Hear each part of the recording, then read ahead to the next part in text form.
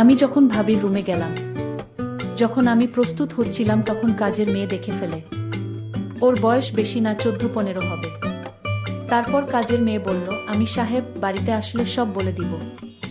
আমি বললাম, তুই কি চাস তোকে সব দিব, তারপরও তুই আমাদের গোপন কথা বলবি না?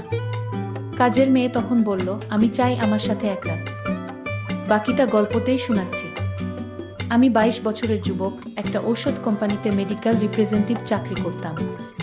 চাকরির কারণে আমাকে সবসময় ডাক্তারদের ভিজিট করতে হতো। একদিন বড় শহরের এক নামকরা হার্টের ডাক্তারের চেম্বারে গেলাম তাকে ভিজিট করতে। ডাক্তার এক রোগীকে দেখতে ছিল, আমি সেখানে বসে অপেক্ষা করতে লাগলাম। আমি বসে ডাক্তারের সহযোগীর সাথে গল্প করতে লাগলাম। তখন প্রায় রাত 9টা বাজে। এমন সময় এক সুন্দরী মহিলার সাথে একটা 16 বছরের মেয়েকে নিয়ে ঢুকতে দেখতে পেলাম। পরে জানতে পারলাম মেয়েটি মহিলার কাজের মেয়ে। মহিলার বয়স 25 হবে। দেখতে অনেক লম্বা আর অনেক সুন্দরী, যে কোনো ছেলে দেখলে তার প্রতি দুর্বল হয়ে পড়বে। আমি তার দিকে চেয়ে রইলাম। সে একটা হাতা কাটা চিকেন কাপড়ের জামা পরেছে। মহিলা আমার দিকে তাকিয়ে মুচকি হেসে বলল, আমি ডাক্তার দেখাবো, আমি ডাক্তারের অ্যাপয়েন্টমেন্ট চাই। ডাক্তারের সহযোগী ফাইল চেক করে বলল, আপনাকে 3 দিন পরে আসতে হবে, এর আগে সম্ভব না। মহিলা বলল, না ভাই প্লিজ, আমাকে কালকে ব্যবস্থা করে দিন। কিন্তু সহযোগী বলছে, না ম্যাডাম, কালকে কোনোভাবে সম্ভব না।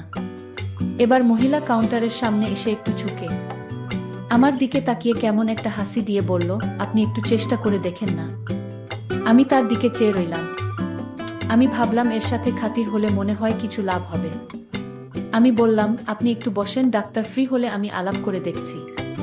কিছুক্ষণ পর ডাক্তার ফ্রি হলে আমি তার রুমে গিয়ে বললাম, আমার এক পরিচিত রোগী আছে, আপনাকে কাল একটু সময় দিতে হবে। যেহেতু ডাক্তারদের আমরা অনেক সুযোগ সুবিধা দেই, তাই সে তার সহযোগীকে ঢেকে সব চেক করে আমাকে বলল, কালকে সকাল 10টায় আমি সময় দিতে পারব। আমি এসে মহিলাকে বললাম, সকাল 10টায় সে আসতে পারবে কিনা। সে রাজি হলো এবং আমাকে অনেক ধন্যবাদ দিল। আমিও তার সাথে চেম্বার থেকে বের হয়ে এলাম। তাকে বললাম, ডাক্তার সাহেবকে বলেছি আপনি আমার পরিচিত, তাই সে রাজি হয়েছে। সে বলল, তাহলে কালকে আমার জন্য আপনাকে আবার আসতে হবে। আমি বললাম, এতে কোনো সমস্যা নেই, আপনার মতো সুন্দরী মহিলাকে সাহায্য করতে পেরে ভাল লাগছে। তার চেহারায় একটা হাসি দেখলাম। আমি বললাম, আমার নাম হামিদ। সে বলল, তার নাম রুবিনা। সে বিবাহিত, তার স্বামী সিঙ্গাপুর থাকে, সেও 15 দিনের ভিতর সেখানে চলে যাবে। সবকিছু রেডি হয়ে গেছে। এখানে সে আর তার শ্বশুর শাশুড়ি থাকে। আমরা আলাপ করতে করতে হাঁটতে লাগলাম। সে বলল, আমার বাসায় চলেন, এক কাপ চা খেয়ে আসবেন। আমি বললাম, আর একদিন যাব। কিন্তু রুবিনা অনেক অনুরোধ করল, এরপর আমি রাজি হলাম। তারা দুজন একটা রিকশায় উঠল। আমি আমার হোন্ডা নিয়ে তাদের পিছু পিছু গেলাম। তাদের বাসায় যেয়ে তার শ্বশুর শাশুড়ির সাথে আমার আলাপ করিয়ে দিল। তারা আমাকে অনেক ধন্যবাদ দিল তাদের বুকে সাহায্য করার জন্য। এরপর আমাকে চা দিল। আমি চা খেয়ে বিদায় নেওয়ার জন্য রেডি হলাম। তখন রুবিনা বলল, হামিদ, যদি কিছু মনে না করেন একটা অনুরোধ করব।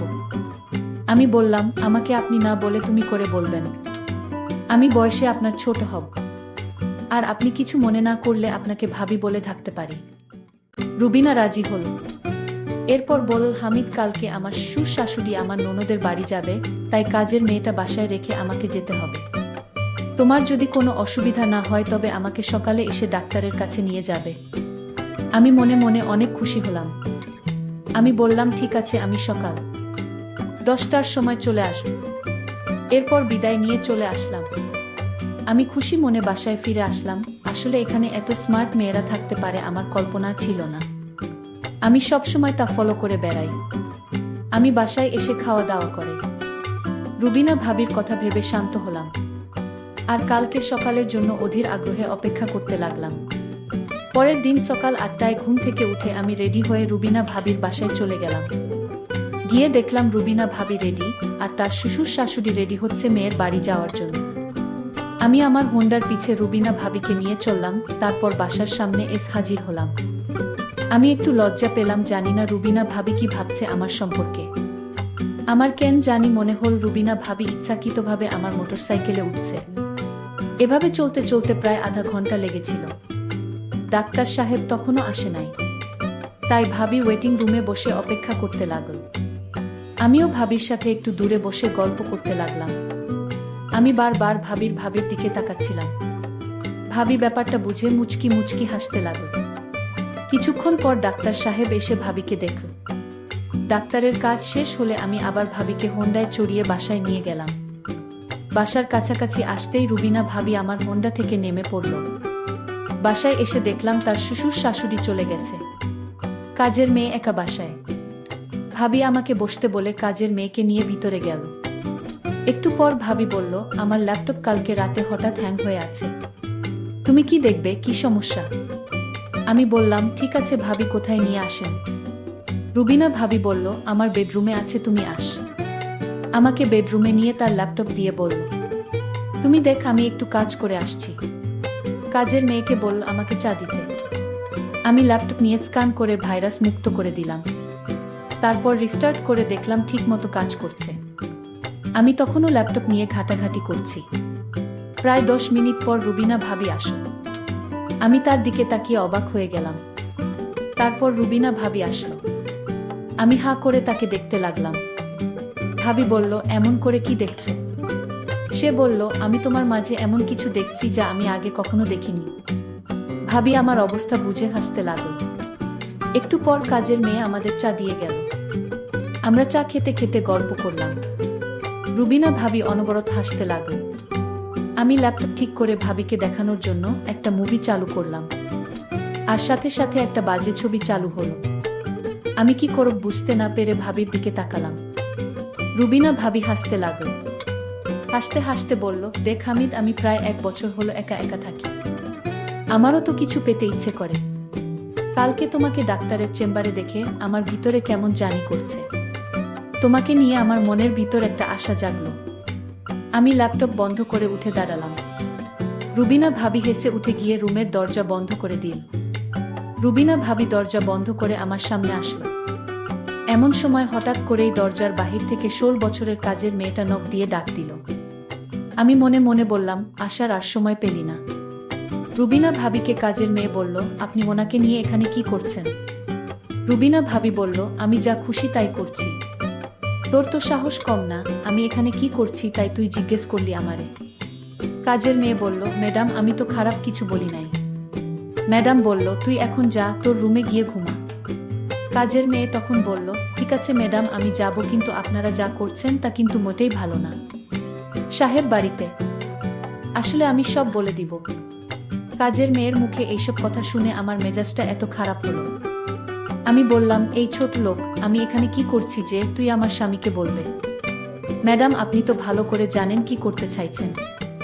বাহিরের একটা লোক রাতের বেলায় কারো বাসায় এভাবে থাকতে পারে? আমি বললাম, তুই কাল থেকে এই বাসায় আসবি না। আমি তোর চেহারা দেখতে চাই না। তুই দিন দিন বড় পাকামি করছিস। ঠিক আছে ম্যাডাম, আপনার মতো খারাপ ম্যাডামের বাসায় কাজ করার ইচ্ছাও আমার নাই। তবে ম্যাডাম, আপনি মনে রাখেন আজকের দিনের কথা। আজকে আপনি কি করতে চাইছিলেন তা কিন্তু আমি ভুলব না, আর বলেও দিব। আমি কাজের মেয়েকে বললাম, এইগুলো আমার স্বামী কখনো বিশ্বাস করবে না। কাজের মেয়েটি তখন বলল, বিশ্বাস কিভাবে করাতে হয় তা আমার জানা আছে। কাজের মেয়েটি তখন বলল, আমার মোবাইলে সব রেকর্ড করা আছে। একটা অচেনা ছেলে আপনার রুমের ভিতর কি করে সেটা আজ বাচ্চা ছেলেও বুঝবে। কাজের মেয়েটা এত পাকা পাকা কথা জানে আমি জানতাম না। আর তাছাড়া তার মাথায় প্রচণ্ড বুদ্ধি আছে। আমি এখন কি করবা বুঝতেছি না। তখন হামিদ বলল, ঝগড়া করে কোনো সমাধান হবে না, আরও মান সম্মান যাবে, আর তাই আমি এর সমাধান করছি। ভাবি, আপনি কোনো কথা বলবেন না। আমি কাজের মেয়েটিকে জিজ্ঞেস করলাম, আচ্ছা তুমি কি চাও এর বিনিময়ে? কাজের মেয়েটি বলল, আমি কিছু চাই না, আমার টাকা পয়সার কোনো লোভ নেই। আচ্ছা তাহলে কি করলে তোমার মুখটা বন্ধ রাখবে, আমাদের কথা কাউকে বলবে না? কাজের মেয়েটি বলল, একটা জিনিস আছে, যদি দেন তাহলে আমি কাউকে বলবো না। আমি বললাম, এই তো কাজের মেয়েটি অনেক লক্ষ্মী আছে, ঠিক আছে বলো তোমার কি জিনিস চাই। কাজের মেয়েটি তখন বলল, আপনি ভাবির সাথে যা করতে চেয়েছিলেন আমিও তা চাই।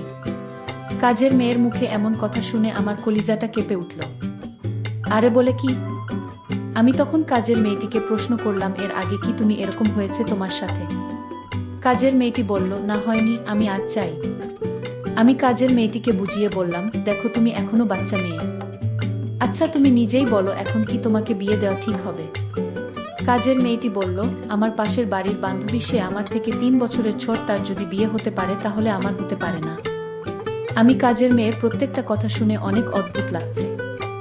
আমি তখন কাজের মেয়েটিকে দমক দিয়ে বললাম, তুমি যে এসব বলছো তোমার কি ভয় করছে না? ভয় করবে কেন, আজকাল তো এসব বিষয় পানিভাত। আরে বলে কি, আচ্ছা ঠিক আছে, আমি যদি তোমার কথা রক্ষা না করি তাহলে তুমি সব বলে দিবে, তাই তো? যদি আপনি আমার কথা না রাখেন তাহলে আমি অবশ্যই বলে দিব। এতে আপনারও সমস্যা হবে আর ম্যাডামেরও সমস্যা হবে। আমি তখন কাজের মেয়ের সাথে কথা বলে পারছিলাম না, আর তাই তার প্রস্তাবে আমি রাজি হলাম। রুবিনা ভাবি বলল, আপনি কি বলছেন এসব? ও কি পারবে আপনার সাথে? আপনি কি পাগল হয়ে গেছেন নাকি? আমি বললাম, দেখো, ওর মুখ চাপা দিয়ে কথা ডেকে রাখার জন্য এছাড়া আর আমাদের উপায় নাই। সে পারুক আর না পারুক সেটা তার বিষয়, আমি চেষ্টা করে তো দেখতে পারি।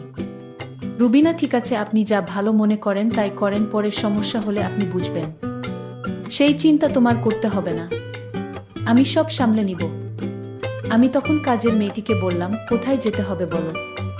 কাজের মেয়েটি বলল, এই বাসায় আরো একটি রুম আছে, যে রুমে আমি রাতে একা থাকি সেই রুমে। কোথায় সেই রুম? কাজের মেয়েটি বলল, আসুন আমার সাথে। আমি কাজের মেয়ের পিছু পিছু গেলাম। তারপর সে একটা ছোট্ট রুমে থাকে, সেই রুমে আমাকে নিয়ে গেল।